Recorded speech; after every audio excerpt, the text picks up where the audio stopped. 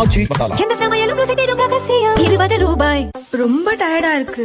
இயற்கையான டேட்ஸ், பாதாம், பிஸ்தா, cash and honey கொண்டு தயாரிக்கப்பட்ட லயன் டேட் நட் பைட்ஸ். இனிமே கண்ணை மூடிட்டு கடலை எண்ணெய் வாங்கலாம். ஏன்னா மந்த்ரா கடலை எண்ணெய் இதயத்தின் தயாரிப்பு. வறுக்க, பொரிக்க, ஏன் எல்லா சமையலுக்கும் மந்த்ரா தான். மந்த்ரா கடலை எண்ணெய், அபார ருசி, ஆரோக்கியமான உடல் நலம். தமிழக சட்டசபை தேர்தல் இன்று காலை 7 மணிக்கு தொடங்கியது. காலை முதலே தமிழகம் முழுவதும் விறுவிறுப்பாக வாக்குப்பதிவு நடந்து வருகிறது. தலைவர்கள், திரை பிரபலங்கள் காலையிலேயே வாக்குச்சாவடியில் ஓட்டு போட்டனர். நடிகர் அஜித்குமார் சென்னை திருவான்மையூரில் உள்ள வாக்குச்சாவடியில் ஓட்டுப்பதிவு தொடங்குவதற்கு முன்பே வாக்களிக்க ஆர்வத்துடன் வந்துவிட்டார். வெள்ளை நிற கோட் அணிந்து வந்த அவர் வாக்குப்பதிவு தொடங்குவதற்காக காத்திருந்தார்.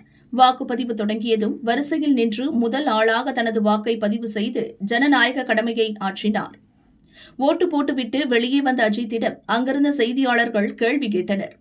செய்தியாளர்கள் தமிழகத்தில் மாற்றம் தேவைப்படுகிறதா என கேள்வி கேட்டதாகவும், அதற்கு அஜித் மாற்றம் தேவையில்லை என பதில் அளித்ததாகவும் இணையத்தில் தகவல்கள் பரவின.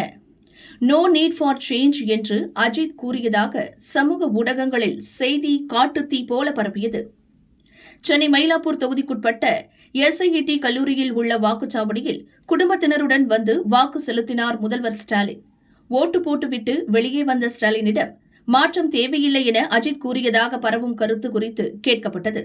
அதற்கு அஜித் நல்ல கருத்துதானே கூறியிருக்கிறார் என ஸ்டாலின் பதிலளித்தார்.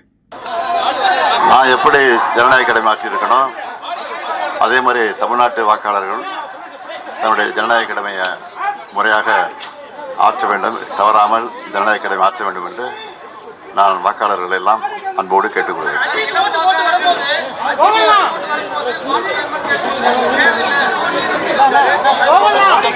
நல்ல கருத்துன்னு சொல்லியிருக்காரு, நல்ல கருத்து தான்.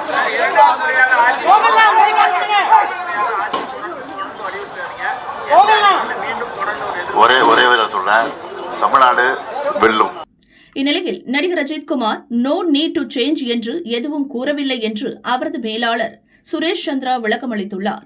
ஒரு செய்தியாளர் அஜித்திடம் மைக்கை நீட்டி தமிழகத்தில் மாற்றம் தேவையா என கேட்டார்.